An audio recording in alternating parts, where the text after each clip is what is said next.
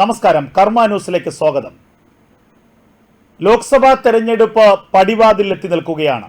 വരുന്ന തെരഞ്ഞെടുപ്പിൽ കേരളത്തിൽ അത്ഭുതങ്ങൾ സൃഷ്ടിക്കാനൊരുങ്ങുകയാണ് ബി ജെ പി നേതൃത്വം നൽകുന്ന NDAക്ക് കേരളത്തിൽ ഒന്നിലധികം സീറ്റുകൾ വിജയിക്കാനാകുമെന്ന് ദേശീയ നേതൃത്വം തന്നെ കണക്കുകൂട്ടുകയാണ്.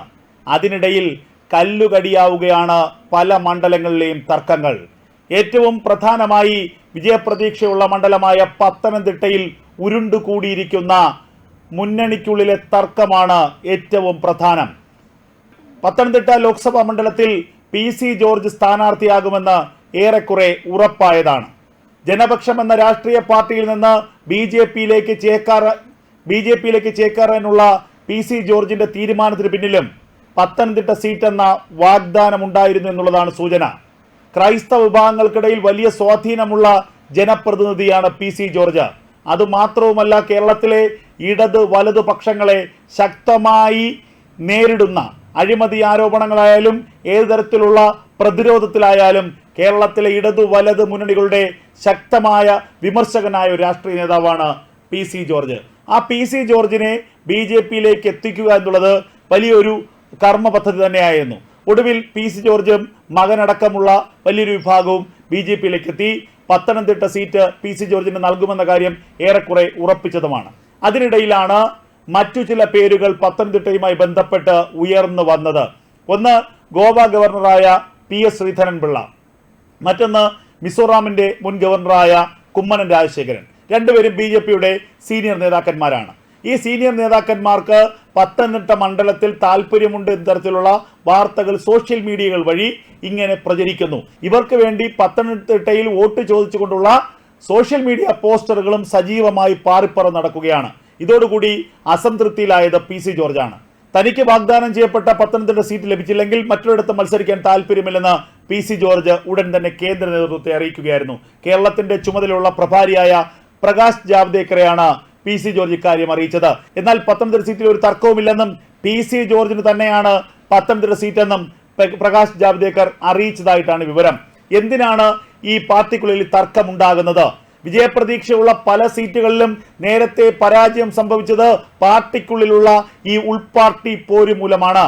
ഇക്കുറിയെങ്കിലും അത്തരമൊരു പോരുണ്ടാകരുതേ എന്ന് പ്രാർത്ഥനയോടിരിക്കുകയാണ് പാർട്ടി പ്രവർത്തകർ. അതിനിടയിലാണ് ഇത്തരം ചില കുത്തിത്തിരിപ്പുകളുമായി ചിലർ രംഗത്ത് വന്നിരിക്കുന്നത്. ഈ വിഷയത്തിൽ വളരെ വിമർശനാത്മകമായ ഒരു പ്രതികരണവുമായി പാർട്ടിയുടെ സംസ്ഥാന വക്താവായ ശ്രീ KV ഹരിദാസ് രംഗത്ത് വന്നിരിക്കുന്നു.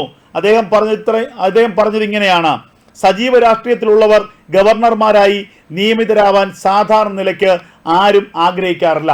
അതായത് സജീവമായി രാഷ്ട്രീയ പ്രവർത്തന മണ്ഡലത്തിൽ നിൽക്കുന്നവർ ഒരിക്കലും തന്നെ ആഗ്രഹിക്കാത്ത ഒരു പദവിയാണ് ഗവർണർ പദവി എന്നാണ് KV ഹരിദാസ് പറഞ്ഞു വെക്കുന്നത്. പാർട്ടിക്ക് സർക്കാരിന് പ്രയോജനമുള്ളവരെ ഗവർണറായി പറഞ്ഞയക്കാൻ കേന്ദ്രത്തിലെ സർക്കാരോ ഭരണകക്ഷിയോ ശ്രമിക്കുകയുമില്ലല്ലോ. അതായത് പാർട്ടിക്ക് ഗുണമുണ്ടാകുന്ന ആരെയും തന്നെ ഗവർണർ പദവിയിലേക്ക് പറഞ്ഞയച്ചൊരു മൂലക്കിരുത്താൻ കേന്ദ്ര സർക്കാർ ആയാലും സംസ്ഥാന സർക്കാർ ആയാലും ഒരിക്കലും ആഗ്രഹിക്കില്ല. മോദി സർക്കാരിന്റെ കാലത്ത് ഗവർണർ പദവി വിട്ട് വരുന്നവരെ പാർട്ടിയിൽ പുനരധിവസിപ്പിച്ചത് ഓർമ്മയിലുമില്ല. ജസ്റ്റ് ഓർത്തു പോയതാണ് ലാൽ സലാം. വളരെ തമാശ രൂപേണയാണ്, ഹാസ്യ രൂപേണയാണ് KV ഹരിദാസ് സോഷ്യൽ മീഡിയയിൽ ഈ കുറിപ്പിട്ടതെങ്കിലും ഇത് കുറിക്കൊള്ളുന്ന കുറിപ്പാണെന്നതിൽ യാതൊരു തർക്കവുമില്ല. ചിലരെയൊക്കെ ഉന്നം വെച്ചുകൊണ്ടുള്ളതാണ് KV ഹരിദാസിന്റെ ഈ കുറിപ്പ്. ഇതിൽ നിന്ന് തന്നെ ഒരു കാര്യം വ്യക്തമാണ്: പാർട്ടിക്കുള്ളിൽ തന്നെ പത്തനംതിട്ട സീറ്റിനെ സംബന്ധിച്ചുള്ള വലിയ തർക്കങ്ങൾ നടക്കുന്നു. പത്തനംതിട്ട സീറ്റിനെ സംബന്ധിച്ച് അങ്ങോട്ടും ഇങ്ങോട്ടും പോർവിളികൾ ആരംഭിച്ചു കഴിഞ്ഞിരിക്കുന്നു. അതിനിടയിൽ മറ്റൊരു വാർത്ത പുറത്തു വന്നത് പാർട്ടിയിലെ പ്രമുഖ നേതാവായ MD രമേശ് വളരെയേറെ കാലമായി പ്രവർത്തനം കേന്ദ്രീകരിച്ചിരിക്കുന്ന മണ്ഡലമാണ് പത്തനംതിട്ട. ആ പത്തനംതിട്ടയിലേക്കാണ് പൊടുന്നനെ PC ജോർജിന്റെ സ്ഥാനാർത്ഥിത്വം എത്തുന്നത്. അങ്ങനെ MD രമേശിന് നഷ്ടപ്പെട്ട പത്തനംതിട്ട മണ്ഡലം MD രമേശിനൊപ്പം അല്ലെങ്കിൽ PK കൃഷ്ണദാസ് വിഭാഗം വളരെയധികം ശുഭിതരാണ്. അതുകൊണ്ട് തന്നെ അത്തരമൊരു സാഹചര്യത്തിൽ കുളം കലക്കി മീൻ പിടിക്കാനുള്ള ശ്രമം ചില നേതാക്കൾ നടത്തുന്നു എന്നുള്ള സൂചനകളും പാർട്ടിക്കുള്ളിൽ നിന്ന് പുറത്തു വരുന്നുണ്ട്. ഈ വിഷയത്തിൽ കൃഷ്ണദാസ് പക്ഷമാണ് അനാവശ്യമായ വാർത്തകൾ പ്രചരിപ്പിക്കുന്നതെന്നുള്ള ആരോപണം സംസ്ഥാന അധ്യക്ഷൻ K സുരേന്ദ്രൻ അടക്കമുണ്ട്. ഇക്കാര്യത്തിൽ സംസ്ഥാന നേതൃത്വം തന്നെ പ്രകാശ് ജാവ്ദേക്കറെ കാര്യങ്ങൾ ധരിപ്പിച്ചതായിട്ടുള്ള വിവരങ്ങളും പുറത്തു വരികയാണ്.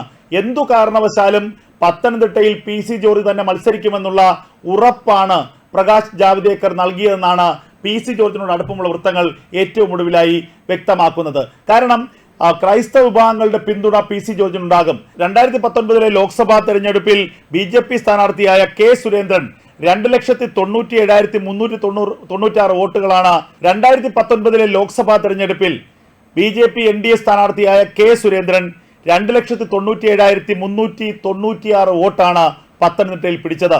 ഒരു BJP NDA സ്ഥാനാർത്ഥി സംബന്ധിച്ച് വലിയ മുന്നേറ്റമാണ് പത്തനംതിട്ടയിൽ കഴിഞ്ഞ തെരഞ്ഞെടുപ്പിൽ BJP നേടിയത്.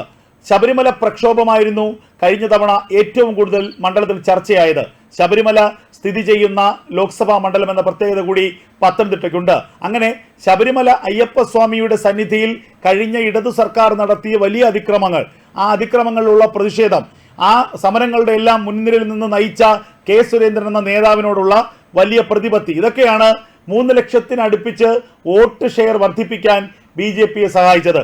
കഴിഞ്ഞ തവണ അവിടെ വിജയിച്ച ആന്റോ ആന്റണി, UDF സ്ഥാനാർത്ഥി ആന്റോ ആന്റണി നേടിയത് 3,80,927 വോട്ടാണ്. രണ്ടാം സ്ഥാനത്തെത്തിയ LDFന്റെ വീണ ജോർജ് പിടിച്ചത് 3,36,684 വോട്ടാണ്.